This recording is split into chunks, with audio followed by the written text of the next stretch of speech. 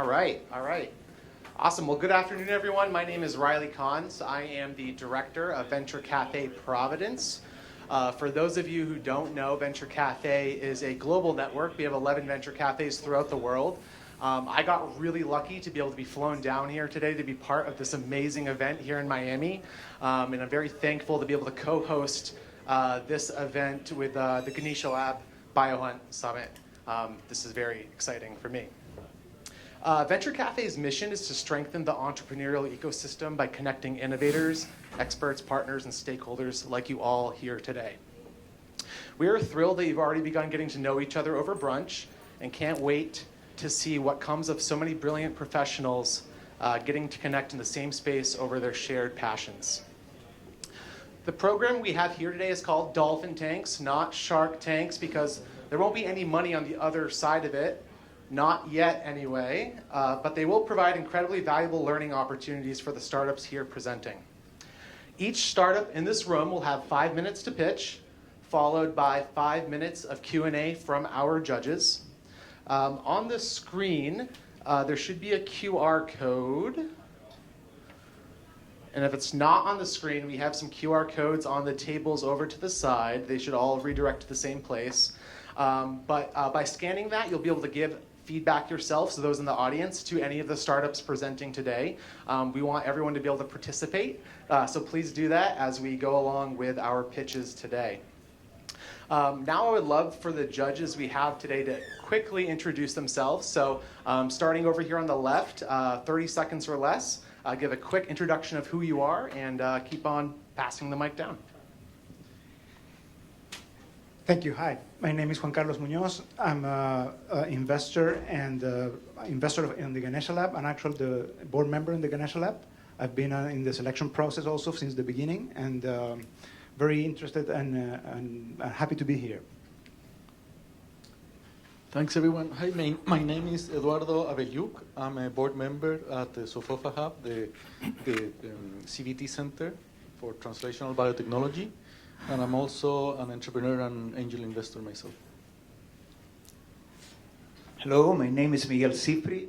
I used to be president of HubTech, that we work with 7 universities in Chile. And also I have my company called Proteus, that we have an agreement with Boston Children's Hospital, and we are working developing drugs here in the US. Hi, my name is Tyrone Gabriel. I represent a family office here in Miami. It's a family office network of 2,400 FOs and small funds that invest in life sciences. So that's everything from healthcare tech to biotech to medical devices. And I can talk to you about our respective investment thesis for each subvertical offline if you're interested. Thanks. Thank you so much, gentlemen, for spending time with us today. And with that, let's get it going. We have plenty of pitches to get through, and I've talked enough. So let's get it going. Next up, fewer chemicals in the food we eat. These nano vehicles make agrochemicals more effective. Hi everyone, my name is Matias. I am the CEO of Unibaio. I'm sure, is it not working? So, I think you need to put it. Give me a second, I'm just checking.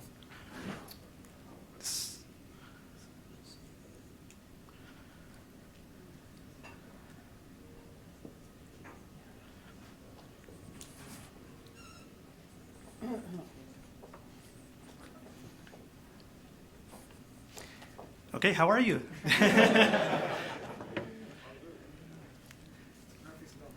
Yeah. So we are doing biodegradable nanocapsules. Okay, there we go. Yeah, now it's working. We'll reset the clock. Thank you. Okay, have you seen this kind of picture before? This is the way we have been producing food in the past 70 years, applying millions of tons of toxic chemicals to the soil that are enough to fill 2 times the Hoover Dam in the US. And the problem with all these toxic chemicals is that they're affecting human health and also affecting the quality of the soil that we need to produce the food we eat.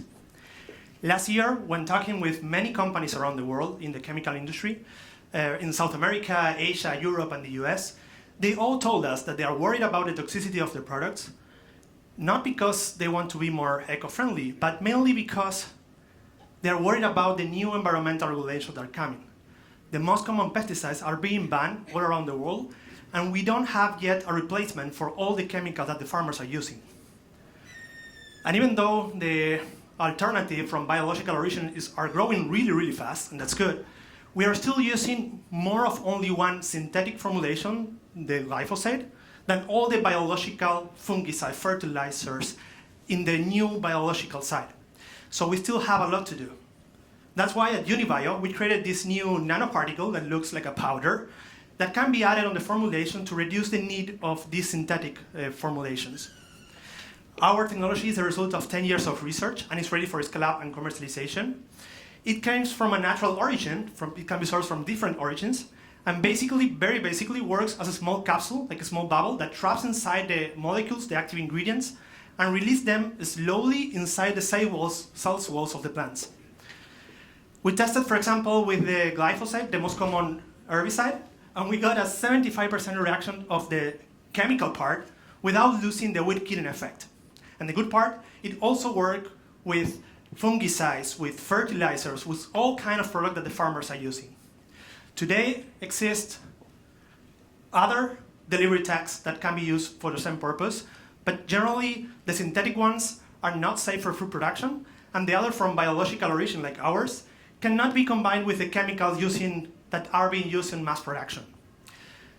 We have 6 patent applications. We have a proprietary production process that is 20 times more efficient than the reference paper, and this is very cost effective to think this on a mass scale in agriculture.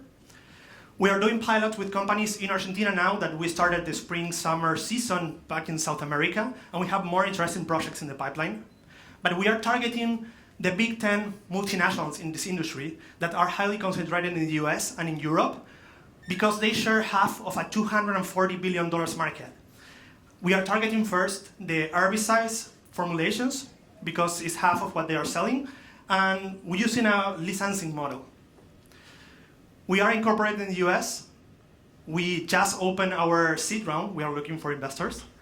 And the next goal for next year are doing the compliance from the regulatory process here in the US, expanding our commercial team in the US, and also expanding our IP portfolio to global markets.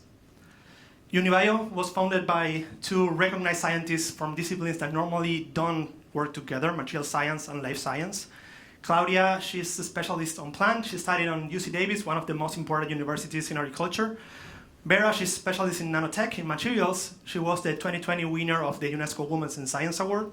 I am economist, a second-time founder.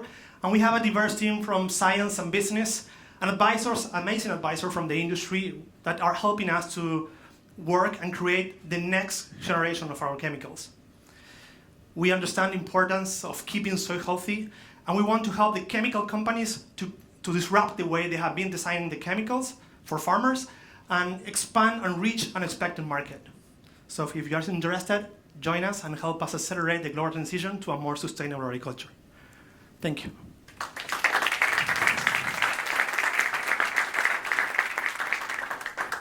All right, a minute to spare. We can start with questions from the judges. We have 5 minutes. Thanks for the pitch. Maybe I think you mentioned it in one of the slides, but maybe you can dive a little bit deeper around the licensing model that you're kind of like thinking about, and maybe I don't know if you have quantified, in dollar value how much you might be, making if you happen to license it to 1, 3, or all the customers you have in mind. So we are. For early adopters, we are offering a licensing model because we know that for them it's very important to have in-house the production process. So we are open to share that with the early adopters. We are using a licensing model between 2 and 14% that is average in the industry, depending on how big is the market for a specific formulation. So it will be lower the fee for a mass production chemical like the glyphosate, and it will be higher for a niche production chemical, like for a specific disease, for a specific crop in a specific market. So what we are going to get will be different. It depends of the formulation. If we take into account the glyphosate, for example, it's a market that is bigger than $9 billion market. Just only one big multinational is selling more than 500 million in glyphosate. So if we can have 1% of that, we're already talking about $1 million revenue per year. Thank you. You can explain more about the IP. You said 6 patents are more related with the delivery mechanism or something more special? Yeah, so the 6 patents we have are from the origin of our startup. The research of our startup is focused more on bio-alternatives. That's the way our startup came. So with the use of these nanocapsules with biological molecules to replace completely the chemicals. But then when we realized that the encapsulation technique was very unique in the industry and was needed for the synthetic ones, we started to focus only in the B2B side and selling the tech to be able to reach more companies and in that way reach more farmers around the world. So have a bigger and bigger impact. So our 6 patents are in that sense, are formulation, complete formulation using the encapsulation technique with, for example, salicylic acid, hormone for plants. But now our new patents are filled only in the encapsulation technique and the proven that we made in the past 2 years.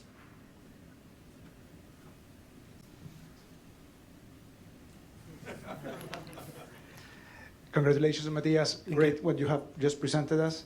Can you tell us more about the seed round you're raising?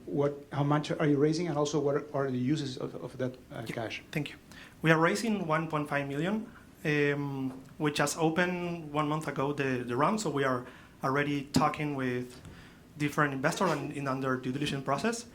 We are going to use the funds to be able to scale up our commercial development here in the US, to do piloting with companies in the US in the next spring, summer, in 6 months from now, and also expanding our IP because we need to fill new patents applications that need to be global, so that will be very expensive. Also doing all the compliance on the regulatory process.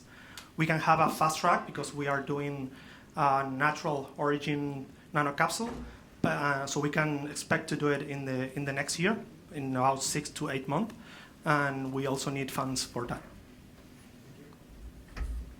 My question's related to the IP as well. Can you talk a little bit about your differentiation, who your near-peer competitor? I saw you had a slide up there, but if you can kind of go back to that, your near-peer competitors, how you differentiate yourselves based on the IP, and then there are other external moats that you're leveraging as well. Thanks. Yeah, thanks.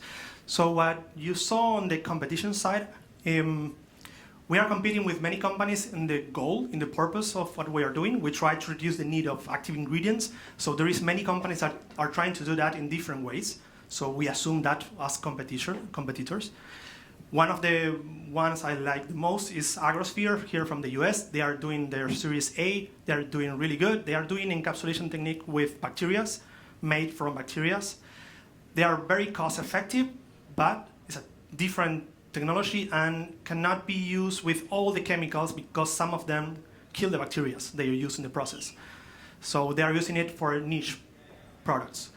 Nanoencapsulation is pretty new in agriculture. It's being used a lot in pharmaceuticals and cosmetics till now, mainly because the way you can produce scale up these nanocapsules is very expensive, so it was cost effective for very expensive molecules like the ones you use in pharmaceuticals. And we have a 20 times more efficient production process, so it's very cost efficient for agriculture. Thank you. Thank you for the question.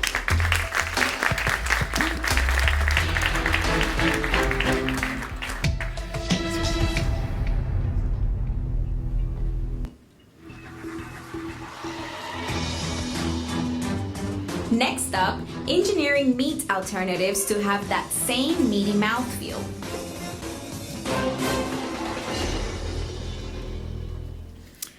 Hi everyone, my name is Chris Blanchard, and I'm one of the co-founders and the CEO at Luyef Biotechnologies, and we are developing unique and world-class technology to solve the main problems of the meat alternative industry. It's well known that meat similarity drives the commercial potential in the alternative protein industry, But the problem is that the current meat alternatives, mainly plant-based alternatives, they are really still very far from offering the meat similarity to capture flexitarians and meat lovers like myself. And the thing is that we constitute the main commercial force in this multi-billion-dollar industry. So the problem really is how to capture people like me. In Luyef, we are solving this problem by working on and developing the new or the next generation of meat alternatives with the right meat similarity, hence the highest commercial potential. This is novel vegan products and also cultivated meat. Now, did you know that the main component in the red juice on your steak is not blood, but a protein called myoglobin? This protein is found inside the animal muscle tissue and it highly contributes to the smell, the taste, and the color of meat. And this is why in Luyef we are producing it in a sustainable, animal-free, and scalable way by using precision fermentation. And our myoglobin is the main and the key component of our first product, which is a new type of ingredient that we call TAME, which stands for the authentic meat eating experience. And basically what it does is to provide to the current plant-based alternatives the mouthfeel of animal meat, turning them into novel vegan products, thus enhancing their commercial value. As I mentioned, this is a multi-billion-dollar industry, and this is why a robust but at the same time sustainable disruption of the industry provides vast opportunities. So our business model is a B2B model, and we plan to go to market via ingredient companies that act as providers for the meat alternative industry. And we already have agreements with big companies like AgroSuper, for example, in Chile, which is one of the largest food companies in the region. Related to the competitive landscape, our TAME ingredient is unique, is different, and is much better to any other approach in the globe trying to accomplish the same. And we have significant advantages that allow us to be much more efficient, much more cost competitive than the competitors. So I want to highlight the fact that our TAME ingredient, or to be more precise, the myoglobin that we are producing for our TAME ingredient can also be used in the emerging industry of cultivated meat, which is expected to outgrow novel vegan products in the long term. And as I mentioned before, we are also developing cutting-edge technology for this industry, cultivated meat, and we're producing new type of scaffolding by using endemic Chilean algae, and also we are working in a unique, one-of-its-kind technology for removing the need of growth factors, which account for around 90% of the cost. Related to the projection, we plan to go to market or to sell our TAME ingredient in Chile and then to expand to the region to reach the US market and also Asia, but not only with our TAME ingredient, but also with the technologies that we are developing for cultivated meat. I want to mention as well that we are a multidisciplinary team of co-founders with the expertise to cover all the aspects to fulfill our mission. And we have a scientific team with unique expertise in the globe and a world-class advisory board. Finally, I would like to say that we are raising money, and you can be part of Luyef, you can join us. We already raised around $500,000, and now we need another $500,000 basically to achieve commercial validation with one of our partners, which is AgroSuper in Chile, during the next years. And we have our strategic partners, key partners that trust in our ability to disrupt the industry. And now what we have is your support, what we need, sorry. Thank you very much.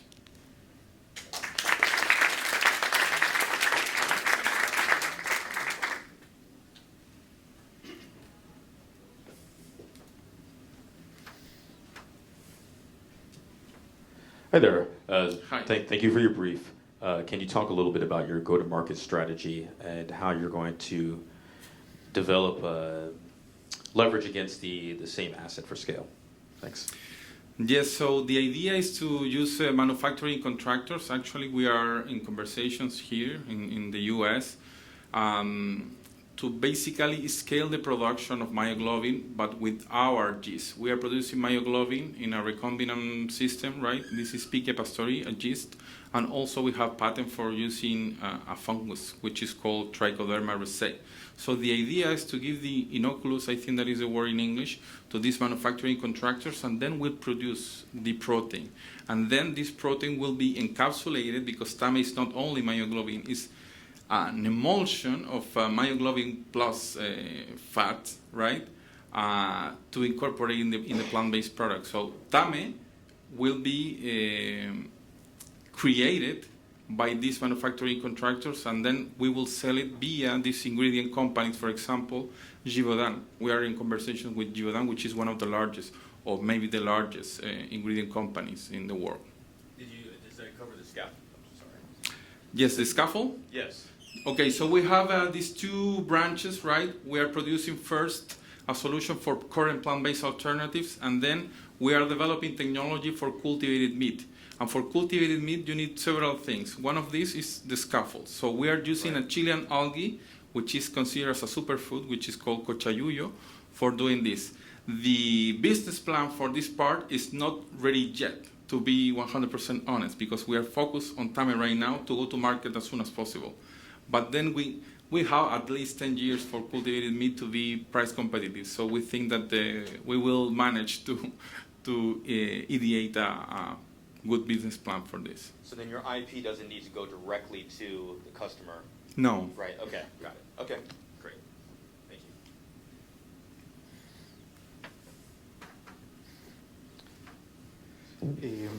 I'm a little bit more familiarized with Impossible Foods. I know Yes. they have a lot of IP around the synthetic heme. And I'm wondering if this IP somehow, are you, this patent application or applications, are you looking to protect your IP in the US or Chile Yes. or worldwide? Or? Actually, the patent application is in the US. We are incorporated here. And you are right, Impossible Food, they have a very strong IP strategy, right? But we did an FTO analysis, which is favorable for us, which proved kind of that our TAME ingredient is not only a heme protein, actually it's myoglobin D protein that you can find in the animals, in the animal muscle tissue. And it's not only that, but it's an ingredient, microcapsules, right? With myoglobin plus other components. So it's different and it's better in our own opinion and the opinion of the patent office. Oh, excellent, thank you. Questions? Maybe, given that we have another extra minute, I'm wondering, like, Yes. are you thinking already about, like, maybe possible exit strategy? Like, maybe some of these partners that you're talking to might, be among the companies that you might look eventually for an exit? Or how are you, Yes. like, seeing your company in the next 5 or 10 years? Yes, actually, I put Impossible as competitors, but in the reality, they can be our clients, right? So actually, they can buy Luyef in the future. This is a possibility. And we are not competing with the other companies producing products that are trying to improve the meat flavor. We are competing with the Paleo and other companies producing ingredients that try to mimic the flavor of meat. Yeah, but this is a possibility in the future that we can be, we can have a merge or an acquisition by other companies. But what I didn't mention is that we are a mission-driven startup. And this is the only goal that we have, we are very stubborn on this. So we are very flexible with the ways, but we are very stubborn with the mission. So we are a mission-driven startup, and the mission is to accelerate the transition towards a more sustainable food industry, because I'm a dad, and this is the reason why I created Luyef. So we are open to everything, but the only condition is to keep this mission. I mean, if someone buys us, they cannot put the technology to sleep, because this is created with a reason, and this reason needs to be.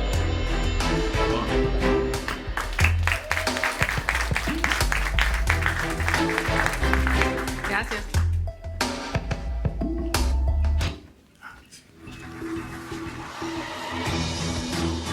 growing vegetables at scale anywhere, anytime. Welcome this next startup into the tank.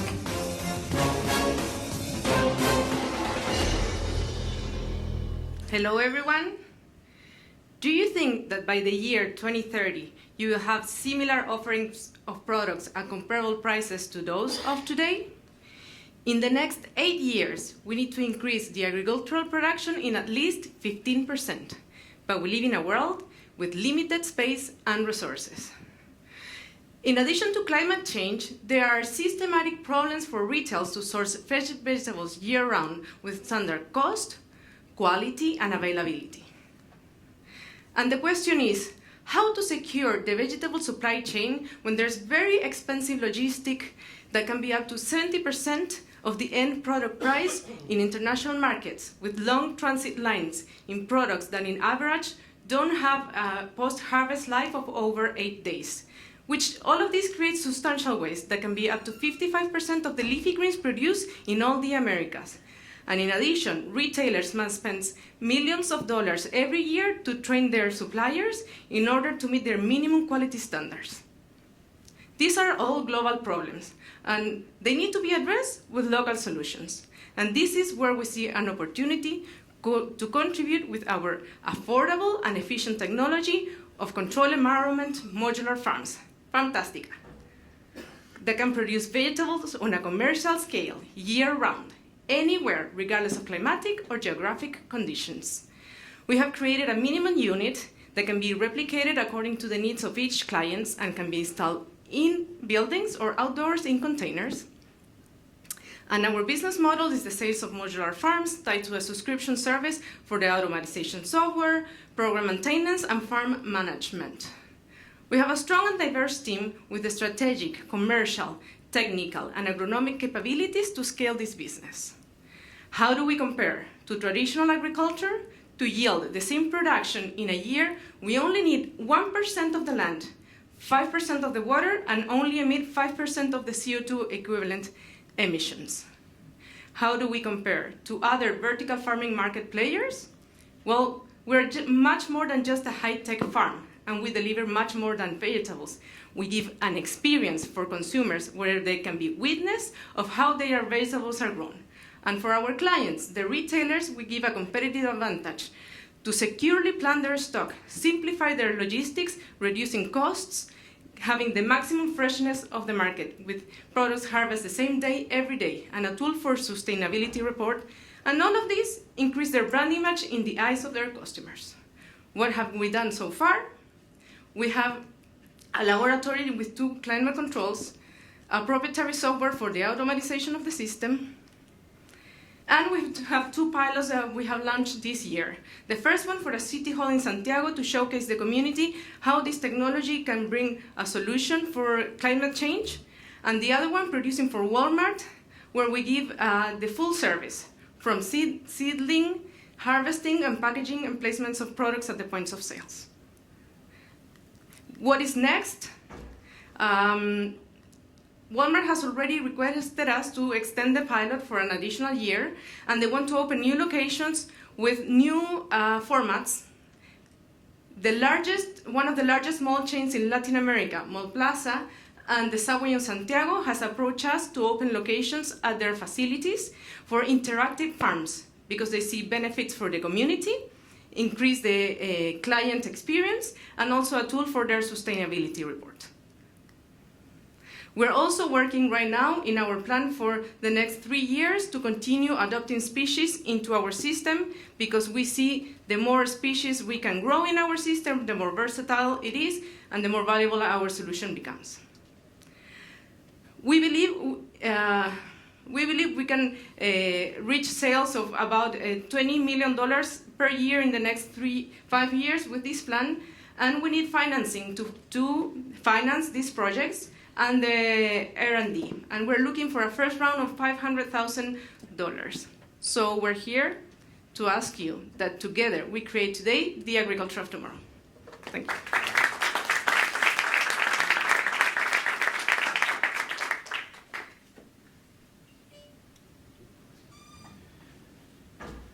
Congratulations on the presentation. Thank you. And for the Walmart experience also, it would be great if you could elaborate a little bit on that. And also, you're talking about like $20 million of sales in the next 5 years, so that's really small for the U.S. market. Are you thinking in those 20 million in Latin America, in Chile, or as a whole? What will be the market for you if you enter the U.S. market? Yes. No, today we're looking for Latin America. And our experience with Walmart is that we have the first vertical farm for the whole company worldwide located in Chile. The whole company is looking at the experience because they have already been interested here in the US in other vertical companies, but they have the first experience in the world with us. So they're looking at everything we're doing, and they have had a really good experience because they have been able to confirm that the perception of the client has improved dramatically in the store that we are there. And that's why they want to continue growing with us, and they want to not only extend the pilot, but they want to include new operations. And yes, we think in the US there are other players. They have a different model. We will be interested in coming here later, but we see that there's a huge opportunity in Latin America because there's not a lot developed in the technology of vertical farming. What size will be the market? I mean, how much will you sell if you go bigger? How much will we sell? Yeah, because you mentioned like you're going to be selling only 20 million in 5 years. That's not investable for a VC. It's too small. So how could you grow your company if you need VC money? Well, we need money precisely to afford the projects that we're looking right now with Mall Plaza. They want to create a concept of the mall, and in which they see us as an important player, and they would like to deploy our farms in all their malls in all Latin America. So the same thing with the subway. They think that there's a solution for them and for the benefits for the community. So they think that there's an opportunity for us not for a one-time project, but to open several projects in all of their locations. Congratulations for your presentation. So you were making some kind of projecting some cash flows. So I assume you have an idea how much you can charge for each one of these modules, and and the customer would be like somebody like Walmart, I would assume, or yes. Who would be the? Have you validated kind of like the price point, for each one of these modules with yes. them? And I assume maybe, as you scale, there might be an opportunity to lower costs of, building your. So maybe if you can elaborate a little bit more about that, and if based on this, maybe assumptions of your unit economics, is this, what could be the profit of, building and selling each one of these units? Do you have an idea already? Or? So what we're trying to focus in tailor the technology for the needs of each client. So what is replicable is a container, but we have seen that our clients, they're interested in more than the technology and the vegetables, they're interested in the experience. And that's why we have created a unit that can be replicated inside buildings. So people can have their own farms inside a mall, like they have Nike. They also can have a Farmtastica. Of course, the larger the size, the better the units of economics. And the infrastructure gets paid if it's a container farm, a 40-foot container farm, in less than 3 years. And if it's a bigger infrastructure, it gets paid in a little over a year. And it's easy to replicate because the same technology that we assemble in spot, and for us it's the same work to do it in Lima, in Santiago, in Colombia. It doesn't need a lot of costs to change locations. We don't need a warehouse to build because we do it at spot. I don't know if that answers your question. Congratulations. Which are the main barriers for potential competitors? The main barriers for potential competitors is what they call the recipes for the control environment. You can have the infrastructure, but you can't just go and grow a vegetable in there because you put a seed. You need to know how to create that perfect control environment for different types, and that's.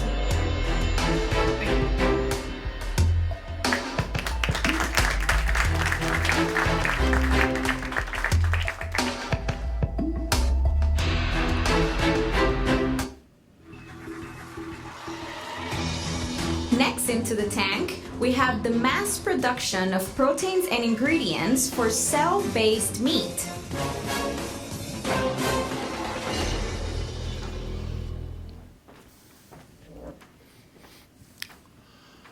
There is no planet B. We, as Sticta, are taking action for a sustainable world. Hello, my name is Eduardo Agosin. I am the CEO and co-founder of Sticta Biologicals with my partner Andres Aristia, who is the Chief Commercial Officer. Our leadership team is completed with two young, brilliant PhD bioengineers who are leading the areas of synthetic biology and mathematical simulation. Our first efforts were directed to the agri-food sector. Indeed, global food system is causing unacceptable environmental impact, contributing to more than 30% to carbon emissions, among which 50% are produced by livestock farming.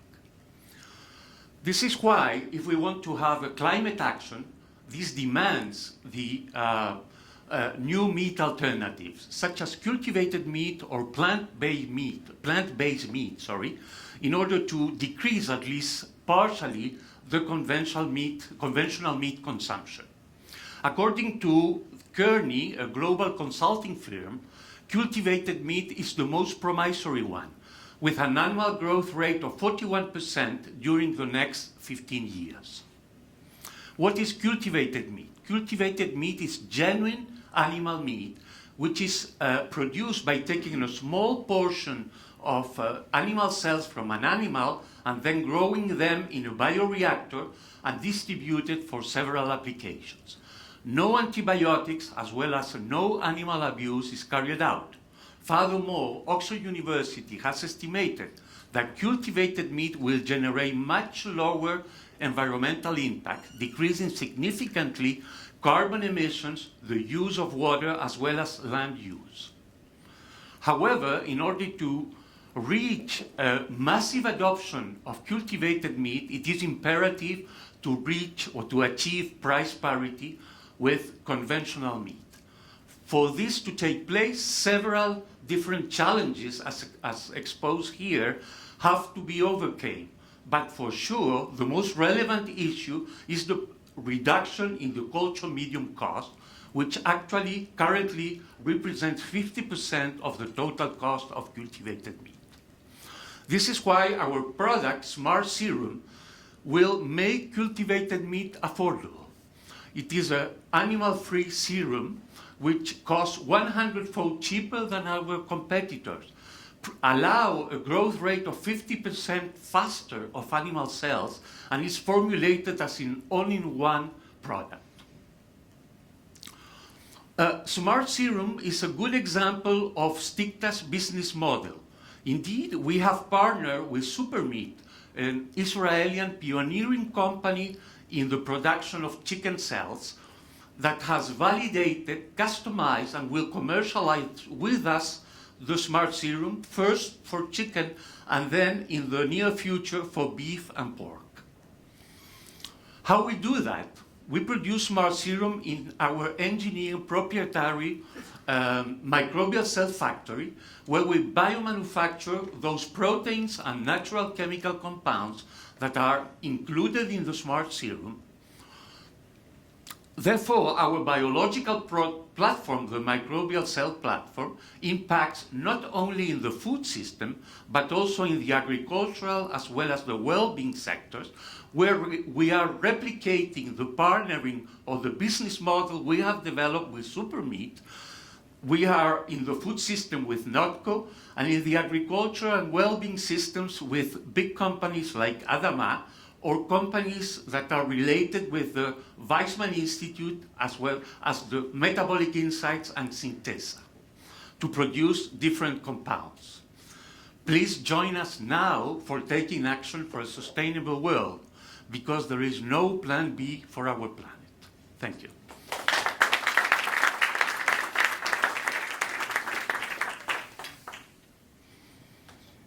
Hi, Eduardo. Congratulations. Thank you. Can you tell us if you're looking to raise equity or raise money in the U.S. or are you looking to raise money? Because it's a very No. Money is not a problem. Of course. Can you tell us a little bit more? What are you looking for? Yes, we are looking. So all what we have done so far has been funded by ourselves. We are two partners, and which have, as I told you, 40% each, and the university, the Catholic University of Chile, has 20%. So we are situated now in my former lab. I was a professor, I am still a professor at Catholic University, and we are raising money, 4 million, in the next 6 months. First, to build 2.5 million to build our own lab, state-of-the-art for Latin America, to produce in synthetic biology as well as process biotechnology. We have a laboratory or a pilot plant till 50-liter reactors. So 2.5 million for that and 1.5 million for the next 18 months to continue our research and to go to market. Yeah, thanks for that. Okay, so a few things. Can you talk us through your proof of concept process and where you are regarding regulatory risks? So you said you're going to build your own lab.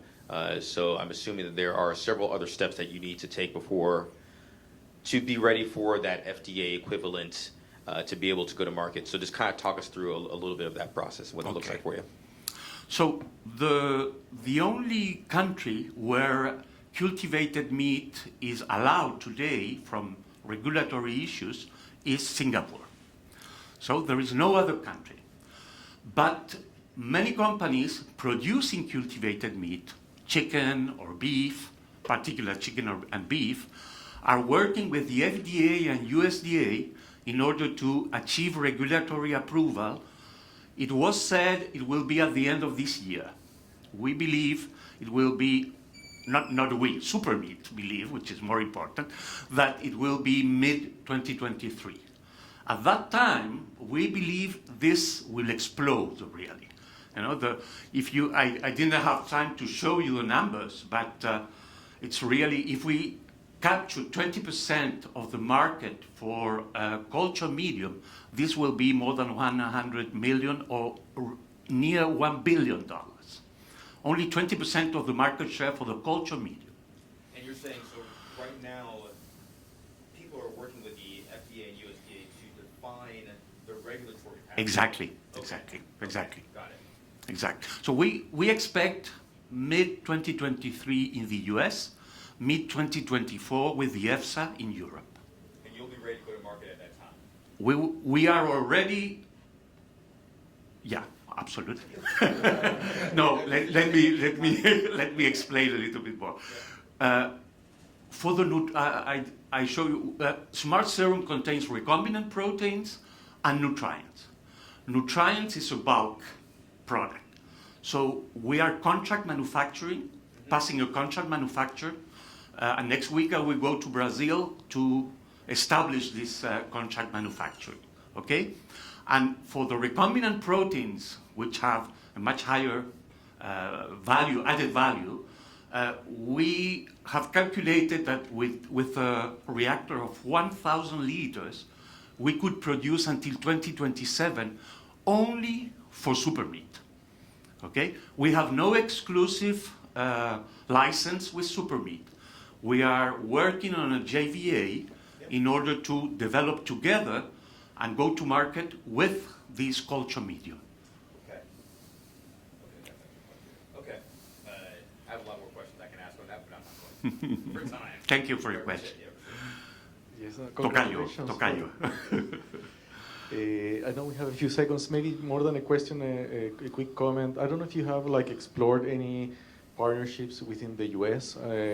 Maybe I can quickly, maybe we should connect. I could offer like some connections with people in California that are like this really. would be excellent. They have some labs, some equipment to maybe help you scale, go from 50 liters to 300 liters. Excellent. Kind of like in that range. So yeah, let's connect and congratulations. Thank you. Thank you very much.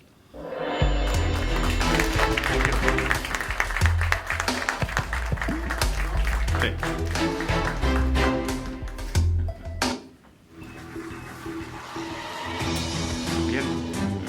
Next into the tank is a way to extend the shelf life of fish and seafood by 50%.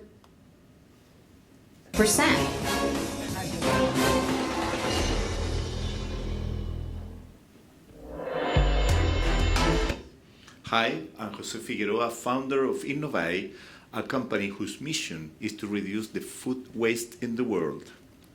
Did you know that according to FAO, 35% of the fresh fish and seafood is lost every year in the world? That means more than $100 billion in losses. And the main reason is time and logistics. That's why we created Innovai, a patented technology that is spray over the fillets in the production line that extends the shelf life by up to 50%, maintains the quality of the fillets, contain natural ingredients, and does not affect color, taste, and aroma. So the benefits: extend the shelf life by up to 9 days, a lot, reduce the food waste, and more people can enjoy the benefits of fresh seafood. We have run 5 industrial tests in 3 salmon companies.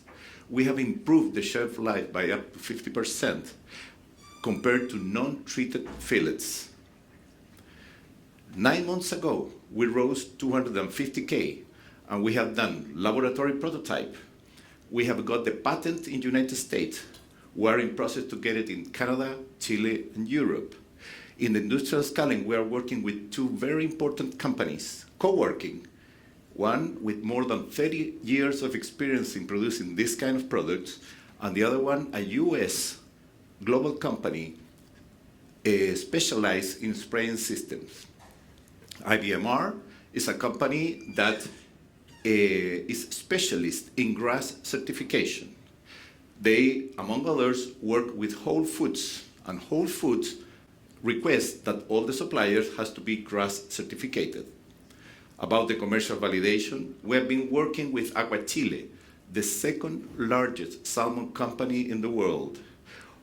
We hired the services of University of California, and today we have a radiography of the US market.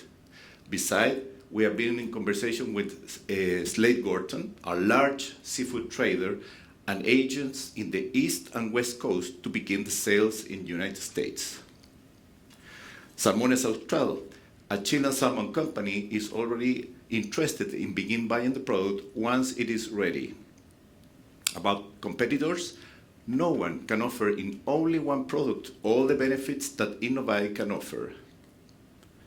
So as you can see, the market is huge. We're talking only in fresh salmon, $1 billion, and there are more markets. Who's behind the team?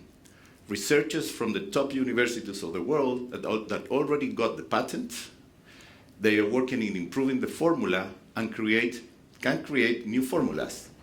And a team that has a long story of success in what I consider is the bottleneck of startups: launch new products to the market. I would like to mention 3 of these stories. First, worldwide experience in using prebiotic in salmon to reduce the use of antibiotics in salmon production. This technology was later on adopted by Norwegian and Chilean feed mills. Worldwide launch of Panafert, a Japanese natural pigment, first in Chile and then in Scotland. And we bought a very low profile pet food brand to Sumitomo Corp, and we sold it 2 years later among the top 10 in Chile. If you can make a scan of me, it is full of scars of,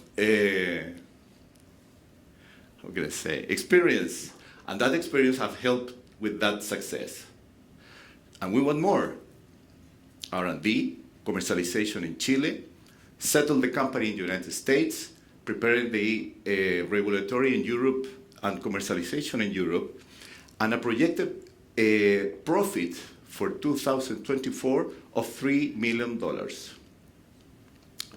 So, because we are ambitious and we want to go fast and far, we need $1.2 million for regulatory, production, R&D, commercial, and marketing. We want to invite you to join us in this wonderful adventure to reduce food waste in the world. Thank you.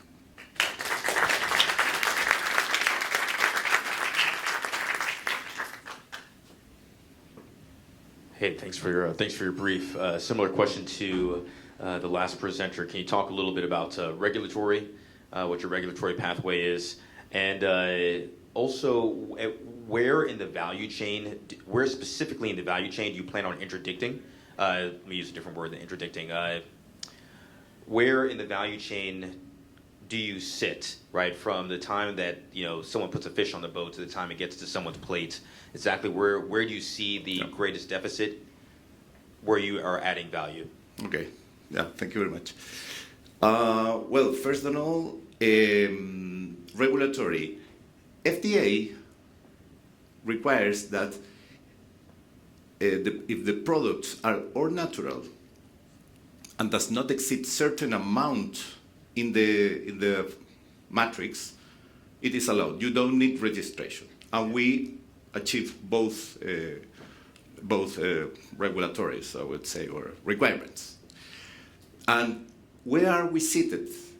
We are, we have very interesting meetings last week here in Miami with traders. Traders before going to the supermarkets. They are the main part of the chain where they have more losses. Okay. Today they have a lot of losses of salmon. Getting to the supermarket. Getting to the supermarket in that moment. Yeah, okay. That is it. And University of California say the same in the reform. So it's okay.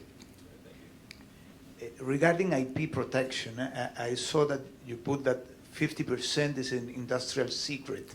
Yes. And what is a patent and what kind of part of the process is an industrial secret? Yeah, okay. The formula is patent, but I would say almost half, 60% of the formula is in the patent. But we are very, we are trying to get in real secret that part in the production and in the formula. We're not going to kill the guys who are making that, but yes, we're very careful with that. Yeah.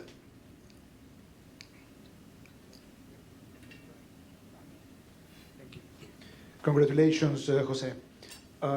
Can you explain a little bit about the, again, projections in terms of sales? I'm a little confused. You mentioned that the market, the total market was like $1 billion, and yes. then you mentioned at the same time that in the next few years you will be selling or profiting, I have it clear, like 3 million. So how big could this be? I mean, is a VC potential? Is it an interesting thing for a VC, or it will be a small scale thing? No.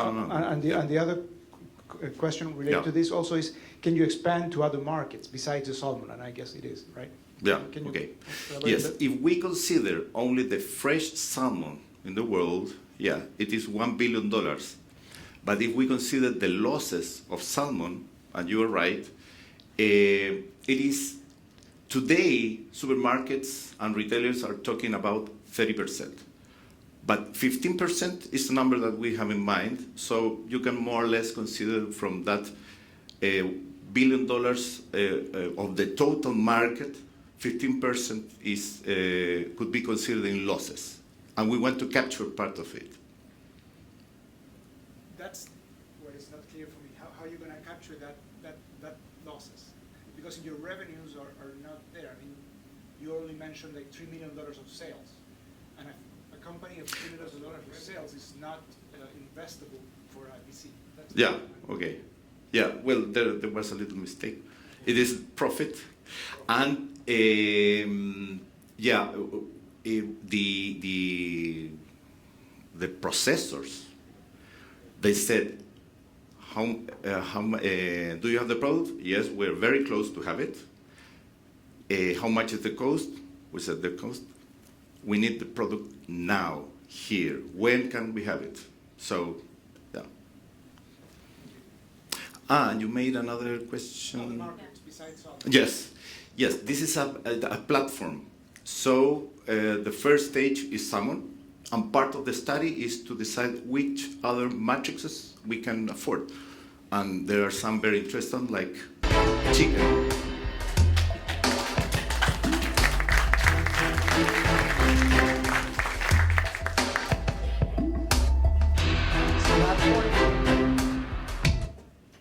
So that's going to wrap up our first round. That round was food scarcity and sustainability. Let's give another round of applause to our amazing presenters.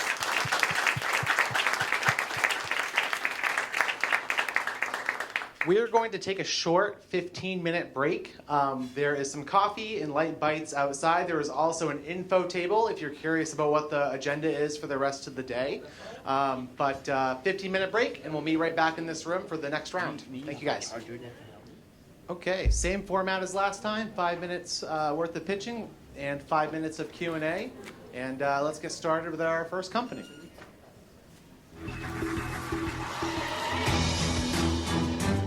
Next into the tank is visual health for the modern age, including a smartphone-compatible device. We increase access to visual health by creating flexible and portable technology. In 30 years, half of the world population will see like this. The problem is that having myopia increases the chance of developing more severe eye diseases and potential blindness. These are the specialists who take care of eye diseases. The optometrists are the first level of contact with patients. They have the ability to prevent, detect, and solve visual problems. There is an emergent treatment specialized in children to stop the progression of myopia using eye drops and contact lenses. Contact lens adaptation can be very tricky, especially when children are the patients. The procedure must be done fast, easy, and adapt to the patient. Current technologies are bulky and time-consuming. It is the patient who has to move and adapt to the device. These limitations reduces the optometrist efficiency and patient attention. Our technologies increases efficiency and flexibility in the practice. Their portability allows faster screening and care of special patients in different places, inside and outside the practice, or even inside an OR. In addition, our technologies are scalable and can be taken from small practices to rural communities and development countries. Our goal in Bleps Vision is to empower optometrists with knowledge and flexible technology. And let me show you our first development. This is Toco, a handheld corneal topographer. It measures the first surface of the cornea, and this diagnosis helps in the detection of corneal pathologies and the adaptation of contact lenses. What makes us so competitive is that we offer the same quality as the fixed devices, but in a portable technology. There are 3 studies that verify our accuracy.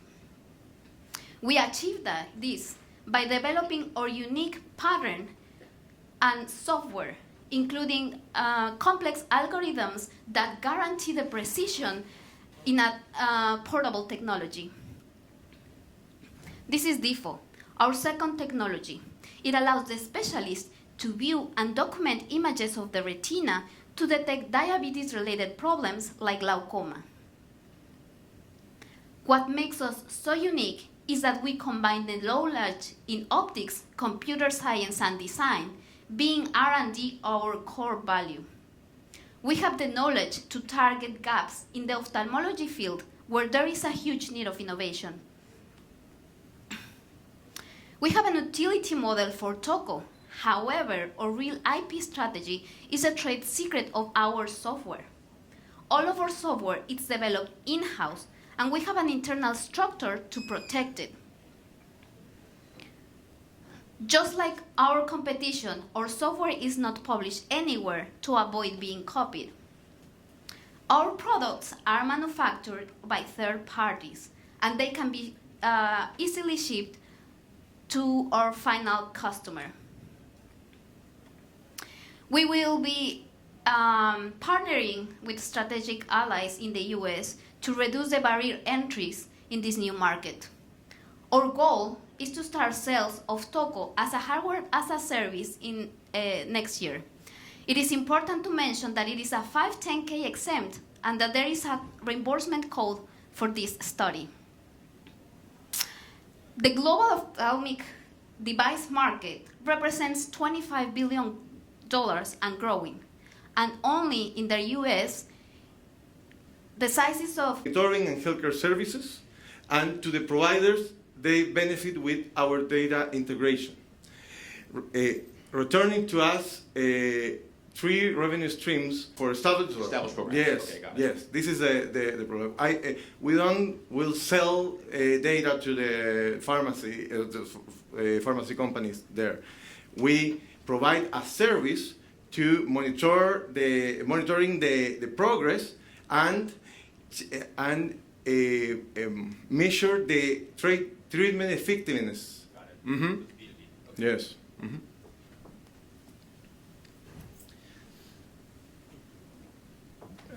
How do you market your product? Is it through doctors? Like how do you get to your clients? Well, we have different ways to market. We have a web page with marketing strategy to the B2C segment directly to the patients, and they have 2 ways to enter to our services. We have a free engagement of them that we change the way to visualization of the lab results today. And we are working with healthcare providers in general, with clinicals, hospitals, etc. But one of our strategies is generate a physician portal too, that the patient allows them to have the medical records and integrate into the platform as a SaaS service. No? Mm. Jorge, thank you. Okay, thank you.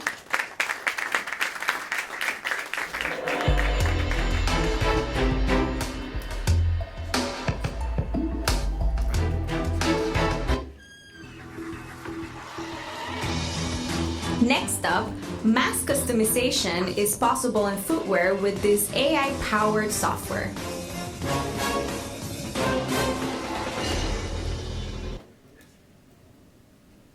Hello everyone, I'm Martin, founder of Soleit, and we analyze food behavior to automate the custom sole and create automated solution.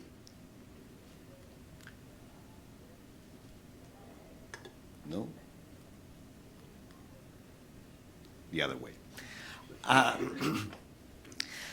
Footwear help us to transfer all the body weight to the ground, but most people don't care about food. It's just fashion for them. But footwear is a very important part of the way you move, the way you structure your body. So 14% of people live with this regular foot pain. That's a fact. And my wife has a lot of food problem, so that is why we came to this problem. The way the foot pain can impact in the life of a person is impressive. So she's the reason that Soleit exists. because trying to find the correct insole to solve her problem was a mess. That is because normally insoles are based on the shape of the foot, not the behavior. There are a few solutions, new ones, that scan your foot, but it's the same mold that they used to be 30 years ago. It's not behavior, it's not the way you move.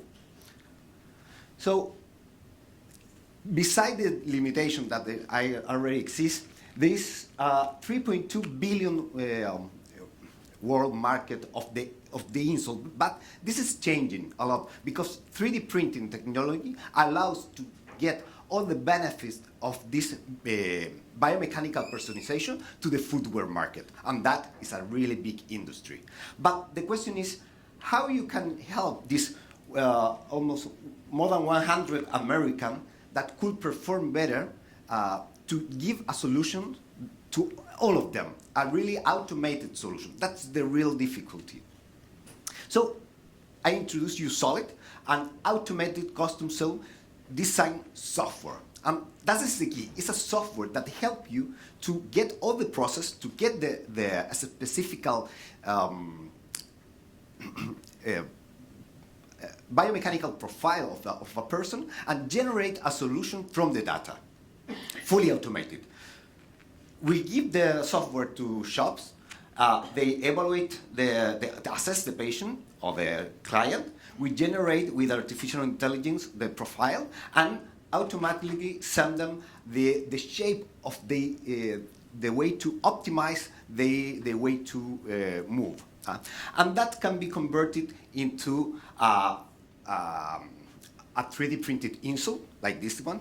We already sold this one. But also can be integrated in the footwear itself. And that is the world it's heading. In Chile, we are selling more than 2,000 insoles, but we are doing a clinical trial here in the UC Davis to validate the same technology that we do there, also work here. So we create data for the FDA approval and that things. The idea is that we will be using a model, a SaaS model, B2B, the same that we use in Chile, and charge per use for the medical center, perform and sells installs with our technology. But we will move very fast to the footwear market itself to customize a medical level the footwear itself. We are now start growing in Arctics. That's where we are. We are going to export the custom forward, but we also have even, we can apply the data that we generate into robotics, for example. There is a lot of things that we can do. But we want to start in the footwear area, reaching 100 customers in the next 12 months. We have a great team behind it with a very important advisor. And we need 3 million to go to the next step. That is selling in the US. We have everything almost ready to start selling, 3 months tops. We want to hire the UC team and start commercializing here. So our dream is that we can provide the biomechanical customization at scale to the whole footwear industry. Thanks.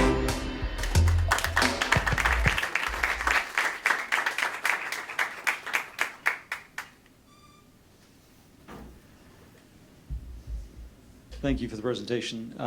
Just a quick question about the adjacent market. It's really interesting that you mentioned robotics there.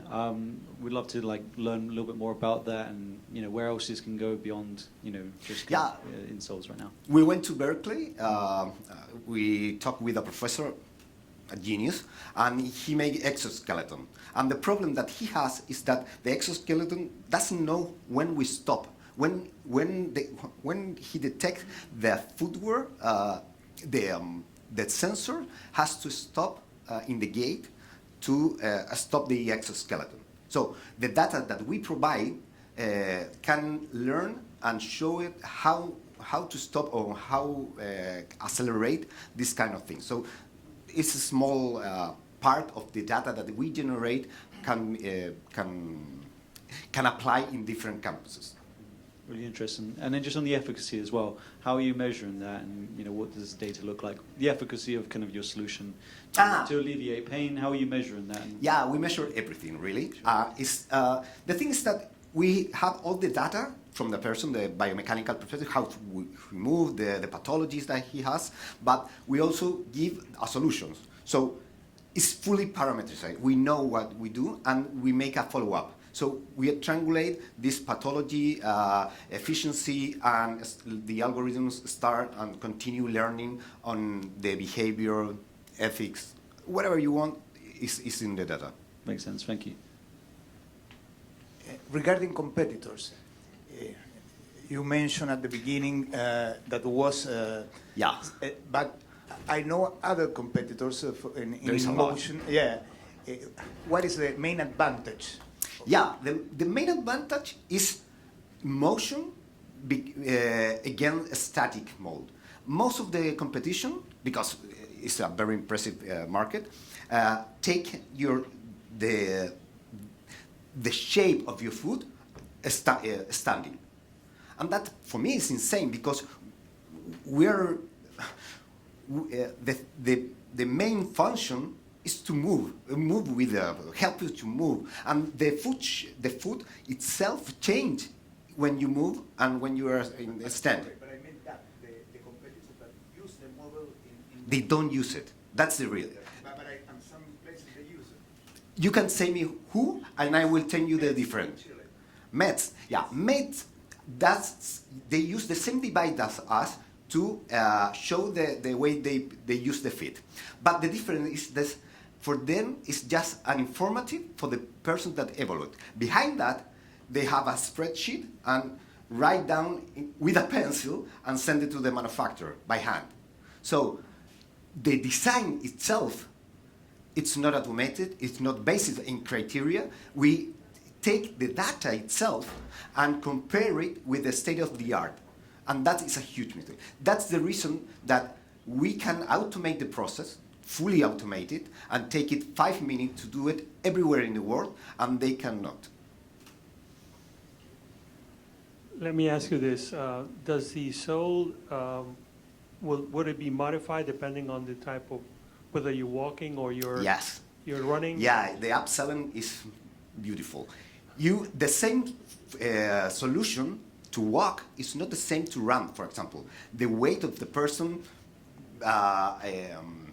amplified 4 times, for example. So the density that you need on the insole or the footwear itself, it's changed. So the shape is softer when you make the port. So we ask, we measure how the person is, but also for what is the goal, what they want to achieve with this kind of things. So it's not just about pain, it's also about performance. It can be a huge difference. You can reduce fatigue, for example, in athletes, in a lot of things that can improve, and that is where the markets grow exponentially. Half of the people will work better with a custom solution.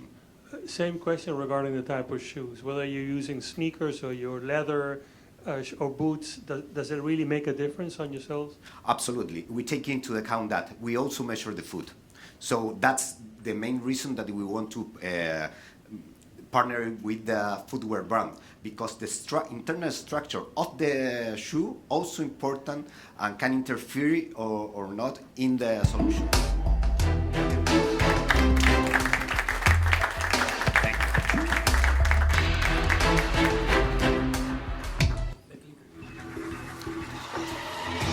Nobody likes a trip to the dentist.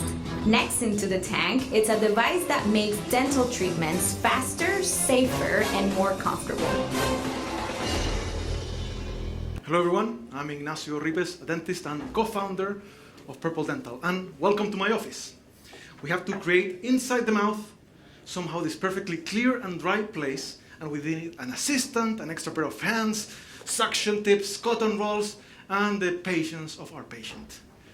And this is so bad and so complex that 20% of treatments fail in the US, which means that 50% of children that before the age of 8 will have a cavity or some sort of tooth decay.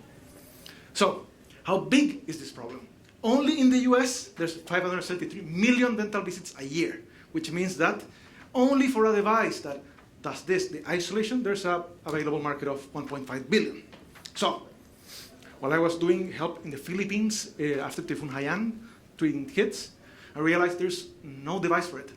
The stuff that we have doesn't work or it's too expensive. So I came up with it, and we developed the Purple Tip 1. It's comfortable isolation, unrivaled aspiration. It even removes aerosols. It has a universal connector, so it connects to every single dental chair that there is. And it goes like this. It just pushes the tongue to a side, the cheek to a side, while removing all of the saliva and aerosols that are being generated. So, and this is a small picture of how we eliminate aerosols, which is very important. Remember that dentists, when they are not getting COVID, they're getting TB. When they're not getting TB, they're getting, all of the airborne diseases. So, and this is in action with a 5-year-old kid. And this is the picture that when you show it to a dentist, it's like, oh, it makes sense. You have the perfectly clear and dry area exactly where you need it. So, we validated here in the States with professors from Tufts, and, well, we got our IP, we obtained our patent, we got the FDA clearance to start selling, but we launched when the pandemic arrived right on 2020.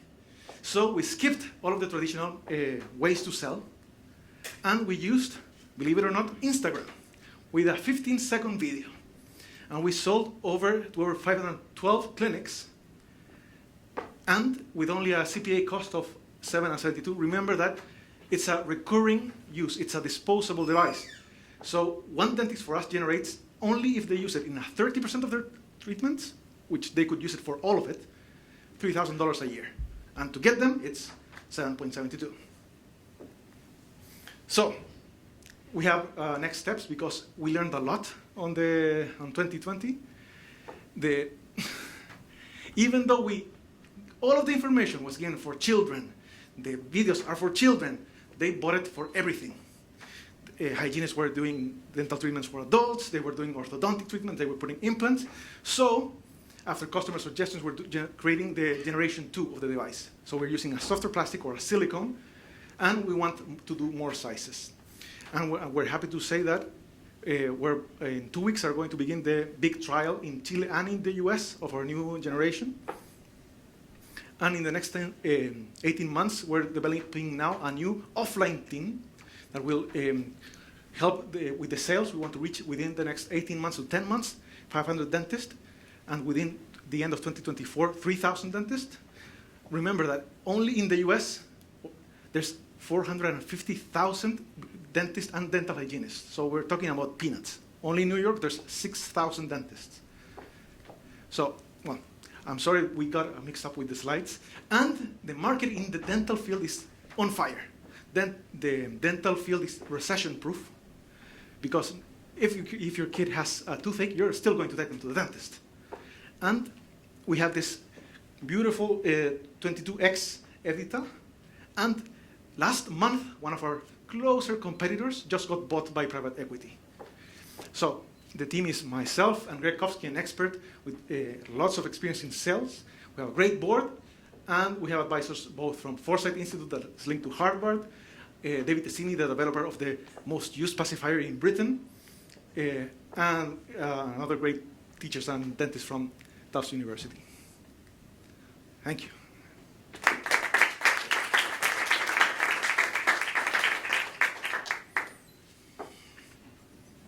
So maybe you alluded to it before, but number one, how much is your ask? Use of proceeds, and what is your plan? What's your go-to-market strategy, scaling, and have you thought about using DSOs in the United States as a promotion? Yes. So we're asking for $2 million. We're trying to be very lean, and we discovered that we need an offline team because in the end, you're teaching the dentist to work again, to like change the way you use your hand. But also we discovered that 50% of our customers are hygienists, and they love the device because they're not working with an assistant ever. So we're working on the use of funds will be develop this offline team that will create content and show them how to use training. it. Yes. And also the manufacturing process, the first generation was only 60 cents to manufacture and sell to the customer. And the sell price is $2.5. We already tested the price. There's a lot of, we can go a little bit higher if we want, but it's our sweet spot, especially for hygienists. So it's that, the expansion throughout Massachusetts, New York, and Texas, which they already are asking for the device. And then... So have you investigated having any partnerships, again, like, tapping dental support organizations? Because this is pretty easy to scale. So your exit could be massive if you just tap the right... Yes. Well, we already know that Henry Schein, the largest medical device, are already buying our stuff in secret because we know where they're going. And they already contacted us before, 3 years ago, because they need a competitor to all of the other devices that do something similar to us. So we know that there's this path, and there's the Massachusetts Health Dental Institution is also willing to help, and there are paths that we're thinking of. Thank you. Do you have any sense of how much, on average, you'd save a dentist kind of for using this? First and foremost, the most important part is the dentist. The one they want is for the patient to love them. Over 50% of the patients that come to your office is someone that gets recommended, and especially children. If the whole family will go to the same dentist if the kid loves them. And regarding that, we can reduce treatment times for sealants, which is the most common treatment in kids, up to 5 times. So you can do a full mouth in 5 times in a single session without any problems. And kids are picky. And if you have a good relationship right away with them, they will love you forever. I mean, literally. So if you can make that connection and you can show them it won't hurt, even the acid that you use for the etching, you can quickly take it away with the device, they love you after that. So that's the main objective of it. Great. Thank you. Thank you. Thank you very much.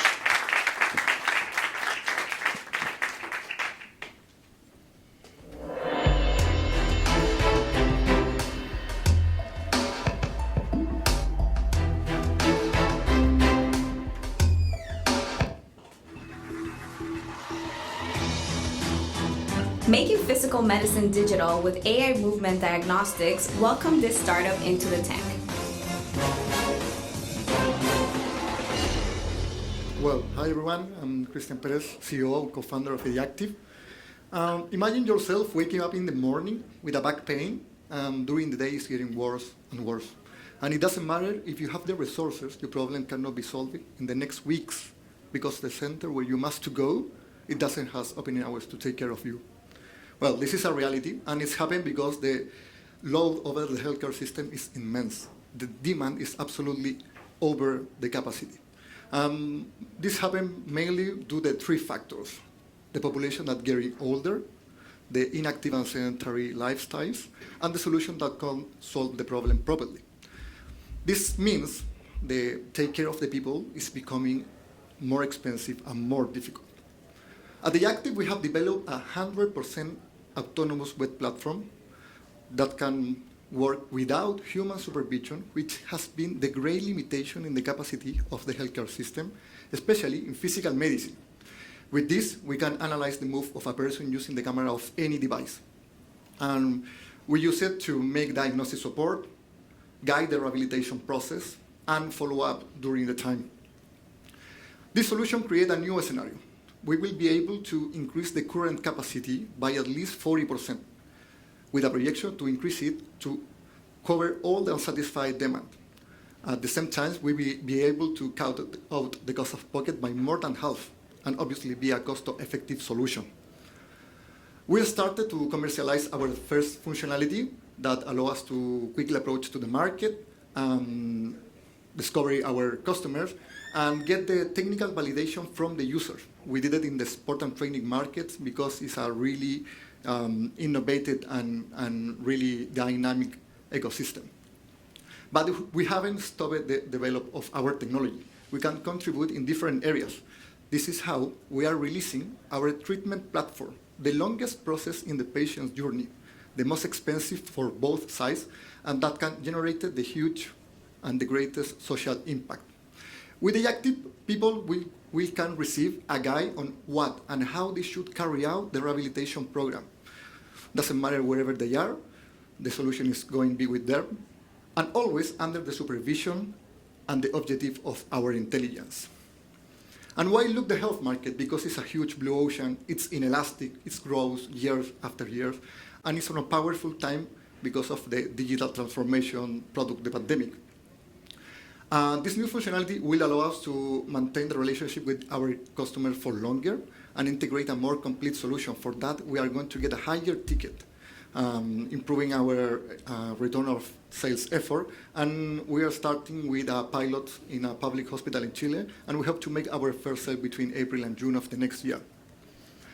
We are looking for $750,000 for work in the next 18 months, 4 elements of our plan: increase our current sales and add new markets such as Mexico and Colombia, improve our products in UX and the quality of analyze, and create barriers that allow us to work in this growing market. We are not a software company developing another digital solution. We are users that we live the problem by first hand. During the pandemic, the center where we were working with Magdalena was closed, so we have to find solution, and technology was a great ally. For that, we incorporate Roman and Felipe for their experience, create business based on data and develop technology. We are supported by more than 10 professionals balancing knowledge and experience in biomechanics, in tech, and clinics. We are boosting a new reality. In a couple of years, with a simple video of a few seconds, we will be able to know what will happen with your body. This predictive model will be reconfiguring the whole healthcare system, using current capacity as a powerful tool for the well-being of the population. Let's change the way that we understand these services. The supply cannot be insufficient when we are talking about the health of the people. With the Aictive, we are not only helping our patients, we can help millions of people around the world at the same time. With the technology, the solution will be in the people's pocket. So I want to invite you to make this move to make a global impact. Thank you.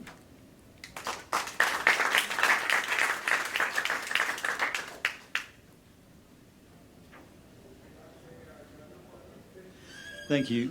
Just a quick question around, the adherence to rehabilitation is an issue. Obviously, it's one of the main reasons why rehabilitation fails. Do you have any kind of data that suggests that people use your app, and what's the kind of usage data around that right now? Yeah, we did 3 processes. The first one is the platform, the interface was friendly with the people and different ages. And then we did one in lab only for technical. And now we are running this one. How long the people is helping by the platform. They are connected for all the sessions. They are connecting maybe the half. They can complete all the goals and these things. But we already have data from the research about the scientific papers. For example, in the short terms, the digital solution is really, really good. In the midterm, it's the best spot.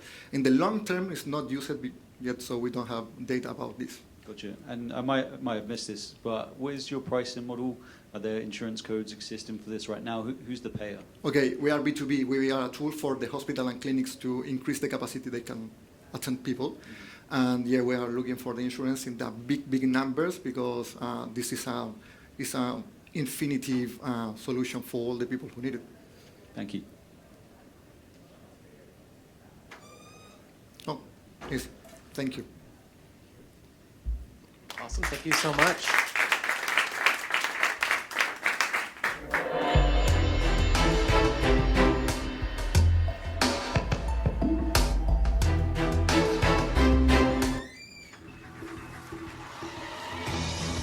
Disease test generator focus on specific biomarkers. Up next in the tank.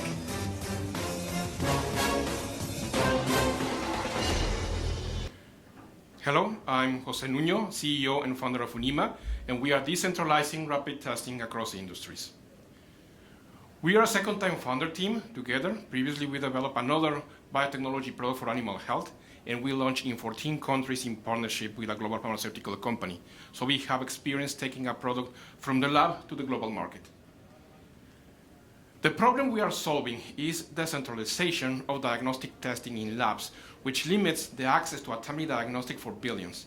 It is estimated that at least 50% of the world's population has limited to no access to diagnostics, and by 2025, the global demand for point-of-care testing for infectious diseases will be over 30 billion tests per year. So to solve this problem, we developed FIND, a diagnostic platform for decentralized testing that allows anyone to diagnose a disease directly where the patient is without using lab equipment, with results in 15 minutes and at a very low cost. No more going to the lab or sending your sample by mail and waiting hours or days for your result. With FIND, we are taking diagnostics out of the lab to the place they are needed the most to secure a timely diagnostic for everyone, anywhere.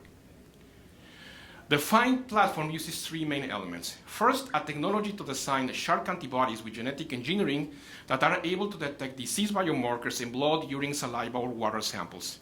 Second, a low-cost microfluidic device technology where these shark antibodies get in contact with the patient samples, generating a visual reaction when these find the biomarker. And third, the Explora smartphone app, which evaluates the result of the test on the testing card using image analysis processes and artificial intelligence algorithms. Our business model is diagnostic platform as a service. So we work with pharmaceutical companies, hospitals, healthcare organizations, or agricultural companies, developing tailored tests over our platform to solve specific challenges that these organizations have in diagnostics. So we go from development to validation to manufacturing, and we deliver a test ready to be used by our customer.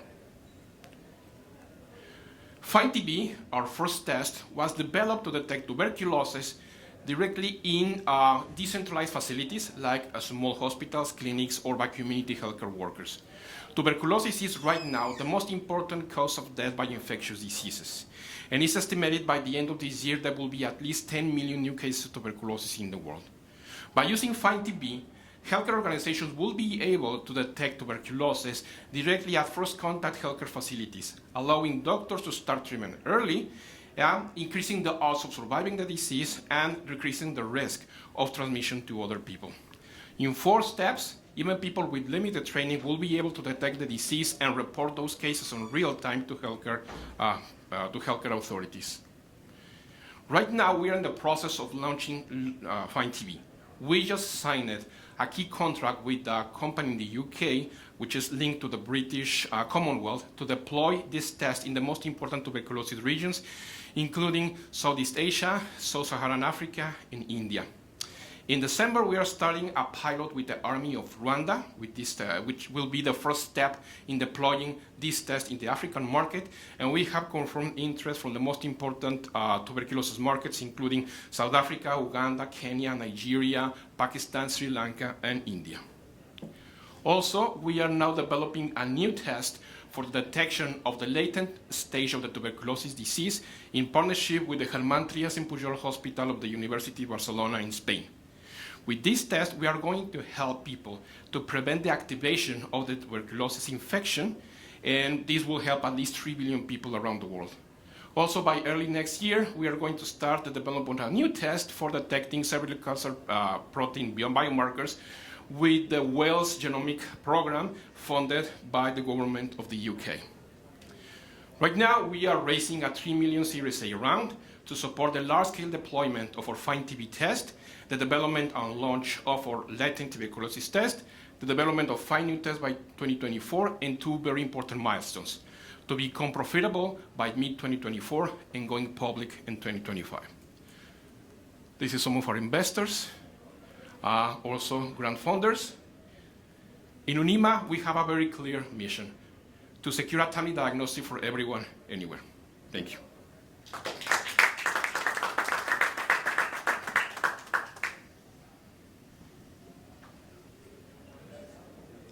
Great presentation.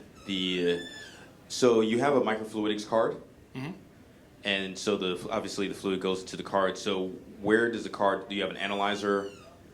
Or like what is the next step to be able to map whatever your diagnostic model is to what's happening on the microfluidics card? What we do is for each test, we use a microfluidic device. We fix the shark antibodies on the device, and then you add, for example, the blood, and it reacts with the shark antibody. There's visual patterns that are formed, and when you take the photo with the smartphone app, it will run the image analysis process and use neural network algorithms, and it will give you the result in your screen. And the technology was trained with machine learning, so each time that we develop a new test, we need to teach them how these positives look like and how the negatives look like. Are you classifying yourself as a screening tool, or do you need to get regulatory approval as a full in vitro diagnostic? Okay, so even as a screening tool, you need a full 15K, for example, or PMA, depends on the disease. Normally, the device that we develop are class 2 or class 3, and all require regulatory process, at least on the next steps of the path. For example, we know that in the future we can do testing for other kind of things that do not require maybe FDA approval or whatever, but at least from the following 2 years of the test that we are developing requires approval. And have you started that yet? Or? Yeah, for example, the test for TB already has approval in Mexico and Indonesia, and started the CE marking in the European Union. Okay. So, yeah. Got it. Great. Yeah, fantastic. Hello, congratulations. Thank you. Regarding the card, the limitations in storage and in shelf life, it's any? So far right now, the shelf life of a product, we know that is at least 3 years. So it's very stable. The interesting part is the shark antibodies are very heat stable. So for example, we have stored this in 40 degrees for 2 years and they keep working. This is very important for developing markets because that way you can secure that even if they don't have a fridge, they can store the product with no problem. For your TB diagnostic, could you talk a little bit about the specificity and the sensitivity that your device can achieve right now, and also compare that to the gold standard? Yep. So compare, for example, with the gold standard for TB would be, in this case, PCR. So compared with PCR, the sensitivity is 96% and specificity is 98%. We have run our own clinical trials, independent trials by a hospital, national hospital in Mexico, and we're just going to start a few trials in Spain. But in average, it's 96 and 98. Incredible. Thank you. Can you tell us something about your price as compared to PCR? Yeah. So again, if we go to tuberculosis, our starting point for sales is $275 per test. For example, the most used PCR test for TB is GeneXpert. A cartridge for GeneXpert is at least $20 if it's subsidized by the WHO. A full price is like $100 per each test. So because of the application that we use for find TB, this is for screening. So we have to have a cost that will allow the government, for example, to do large-scale screening. For example, we know that Nigeria just run a screening for 15 million patients just like 3 months ago or something. So this is something that will help this organization to do large-scale screening for tuberculosis. Thank you. You said you're class 2? In this case, tuberculosis is class 3, but for example, during COVID, we developed another test for COVID, it was class 2. So it depends on the disease. Yep, got it. Awesome, thank you so much. Thank you.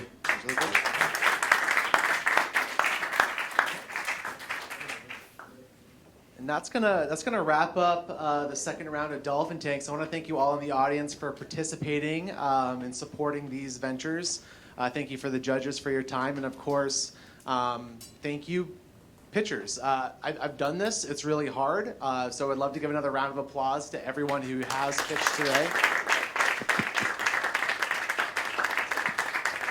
Now, I have some important information that I need to run through with you guys before you head on out, and this is all about the dinner that you're going to, so you'll want to stay tuned.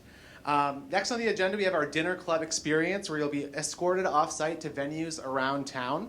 You'll see on your badge that you have a pre-assigned restaurant printed there. If you're a startup, we have vans that will drop you off at the restaurant located on your card. You'll see outside the drivers have the names of the restaurants printed on a sign so you can find the right van. And that, of course, is this entrance right out this way. For our investors and experts, we are providing Uber vouchers for you to reach your destination. You can also drive yourself, and if that's the case, please get your parking validated by a team member on your way out. We're going to have about 10 or 15 minutes to find transportation before it is too late. In order for your party to be seated once you're at the restaurant, all guests need to be present, so please make sure to arrive promptly, or you'll have some very hungry peers on your hands. These dinners offer you all the opportunity to build relationships organically in a small group atmosphere while taking advantage of the incredible culinary and cultural scene of beautiful Miami. There will be at least one member of the Venture Cafe team at the restaurant upon your arrival if you have any questions. At 9 p.m. when the dinner does end, transportation will pick you up if you're staying at the Central Hotel. Everyone else, unfortunately, has to find their own transportation. But that's all I have for you. So we have about 10 or 15 minutes before transportation is here. But once again, thank you all so much for participating today, and I'll see you at dinner.